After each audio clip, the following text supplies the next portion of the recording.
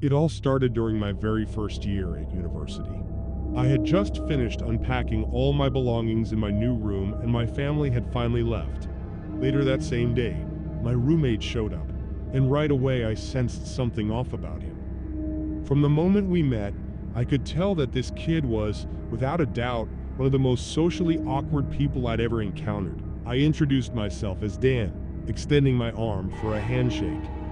He hesitated, glanced at my arm like he couldn't quite understand what to do, then chuckled and gave me a limp, almost dead fish handshake. I had to ask him his name because he hadn't even offered it during that awkward greeting. His name was Dale. I tried to make small talk, but he answered my questions with mere yeses and nos, punctuating his responses with awkward laughs or a fleeting smile. Within minutes, we were both sitting on our beds, absorbed in our laptops without exchanging much more than a few words. I felt frustrated and considered asking for a change in roommate. Anyone would be better than Dale. At first, I chalked him up as just an extremely awkward guy, but I soon discovered there was much more to him than met the eye. After meeting some of the other students on our floor, who seemed cool enough, I ventured out to explore the campus that first evening. When I returned to my dorm later, I found Dale still in the same odd position as before. I greeted him with a casual, "What's up, Dale?" But he didn't reply. It was nearly 9:30 p.m., and since I had nothing pressing to do, I turned on my bedside lamp and went to sleep, though sleep eluded me for a long while. Dale, however, remained on his laptop until around 3 in the morning. As soon as he finally shut his laptop, I managed to drift off, but was awakened within an hour. To my shock, the blinds had been opened, letting in moonlight that illuminated every corner of our room, including Dale, who was sitting at the edge of his bed, watching me. I sat up, rubbed my eyes, and demanded, "Dale, what the hell are you doing?" He mumbled a quick sorry and went back to lying down. The next morning, I woke to find that Dale had already gotten up. It seemed it was the first time he had ever left the room. That Saturday was the first of the week filled with orientation and campus events. While walking through the school gardens with my group, I overheard a couple of students whispering about someone in the area. I glanced ahead and saw Dale, literally sitting in the dirt behind some bushes, absently rubbing the bark of a tree with his hand. Not wanting to create any awkwardness, I casually mentioned that he was my roommate to kick off a conversation. The two kids apologized on his behalf, and though none of us were quite sure whether to laugh or not, we eventually did. I made friends with them, and we even planned to meet later that night. By the time I got back to my dorm, I also learned that the school had arranged a new roommate for me. Things seemed to be improving, until that night when I left the room to join my new friends. When I returned, I found Dale sitting on the desk chair facing the door. I greeted him with an, "Oh hey, what's up?" and he responded in his usual matter-of-fact way. I sat on my bed and opened my laptop, only to notice that I had forgotten to lock it. Much to my dismay, I discovered that all my unread emails had been opened, and several of my folders were rummaged through. It was clear that Dale had been snooping. When I asked him about it, he responded with a loud no, almost immediately. So quickly, it was as if I could read him like an open book. Even though I knew he'd been going through my computer, I didn't press the issue further. Later, as I went to bed to grab my pajamas, I realized my clothes had been moved around too. I assumed I'd be forced to leave by the next day, and so I said nothing more. In the middle of the night, I was suddenly awakened by the sound of a zipper. Looking up, I saw Dale on the floor, rifling through my bag. I turned on the lamp and confronted him, only for him to play dumb and claim, "I think you have my toothbrush by mistake." That was the only sensible thing he'd said up to that point, but I knew deep down that something was seriously amiss. The very next day, I met the new roommate assigned to me in the same building, and everything seemed to return to normal. That Sunday night, after a decent conversation with my new roommate, who wasn't exactly a social butterfly, but was miles better than Dale, we turned off our lights and went to sleep. However, for the third consecutive night, I awoke at an odd hour to a strange clicking noise. It wasn't constant, but I could count at least 2 clicks every 30 seconds. I got up, hoping it was something mundane like a heavy bag pressing on a weak floorboard or even just a mouse. But when I looked closer, I realized the sound was coming from the other side of the door. Thanks to the night light in the common area, I managed to peer through the peephole.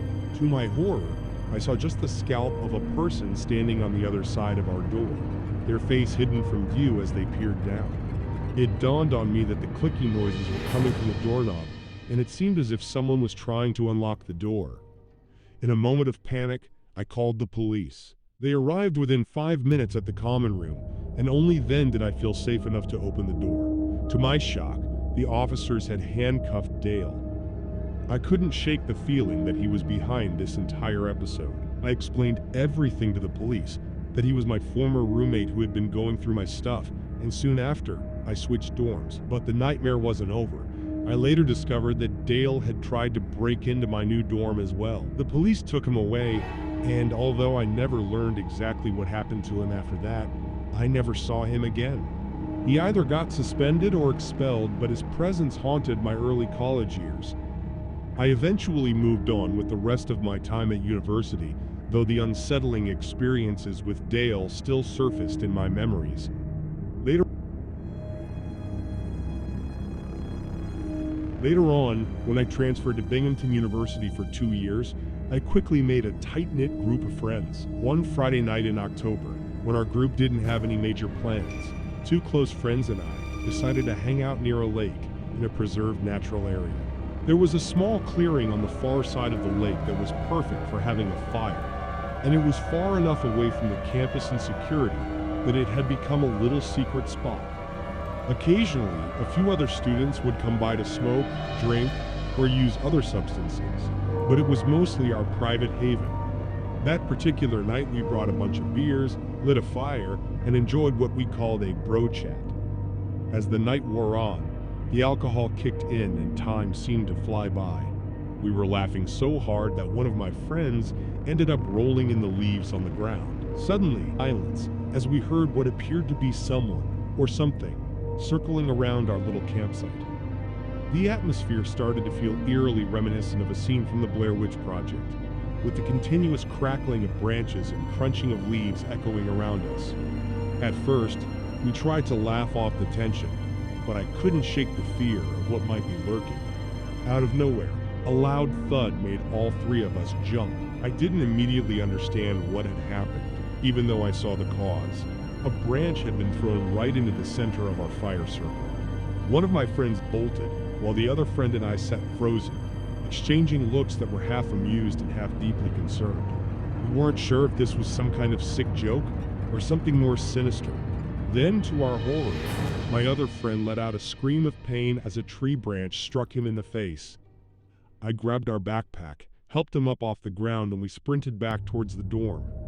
As we reached the road that separated the nature preserve from our building, we paused briefly to catch our breath. But it soon became clear that whoever had been outside was now following us. Footsteps were heard getting closer to the road. We continued running back to the dorm, and when we finally reached our floor, we found that another friend was already in his room. From his window, we could see someone pacing up and down by the woods, disappearing into the shadows each time a car passed. Eventually, that mysterious figure vanished for good, never to be seen again by us. Once inside, we resumed our drinking, laughing off the terrifying encounter, though it wasn't until the next morning that the true horror of what had happened began to sink in. After that night, none of us ever ventured back into the woods after dark.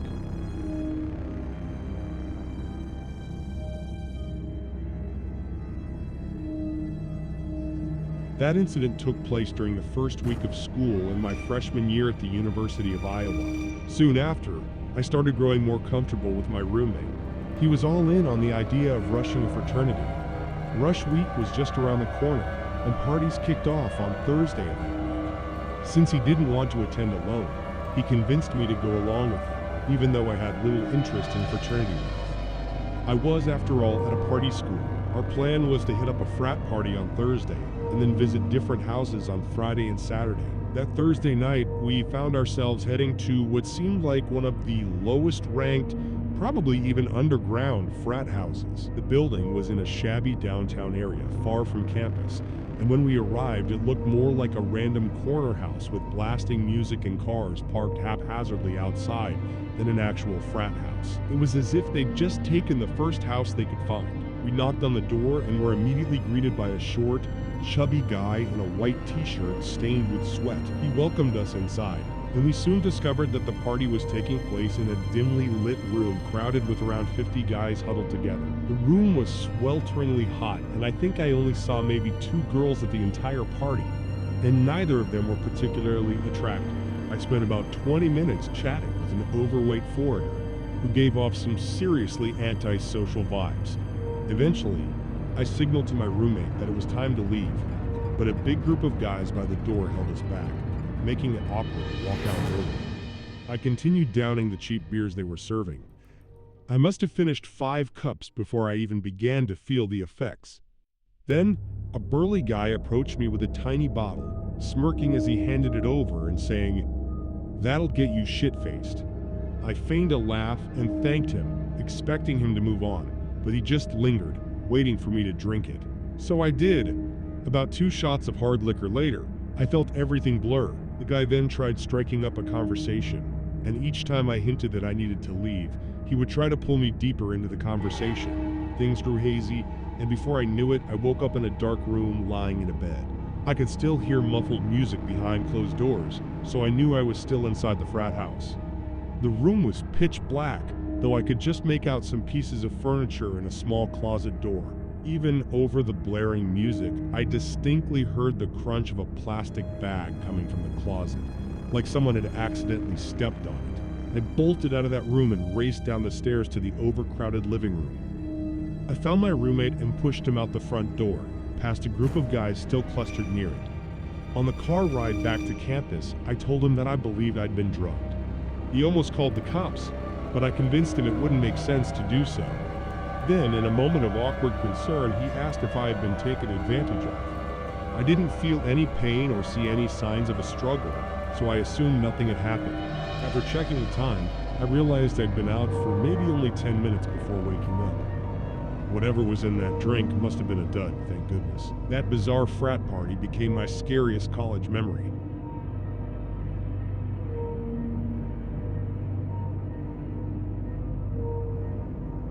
Later, during my sophomore year in a single dorm located in a secluded corner of the floor, I began to appreciate the privacy it offered, while still being close enough to chat with friends or invite them over. One evening, while studying for a biology exam, the quiet was suddenly broken by a soft tapping at my door. It was so faint I almost didn't hear it. I called out, "Come in," but when the door didn't open, I got up to check and found no one there. I even walked down the hall, but the corridor was empty. Clearly, someone was playing a prank on me. I returned to my bed and resumed studying, leaving the door ajar. But that same night, after turning off my bedside lamp to sleep, the tapping returned, this time louder, more like a persistent knocking sound.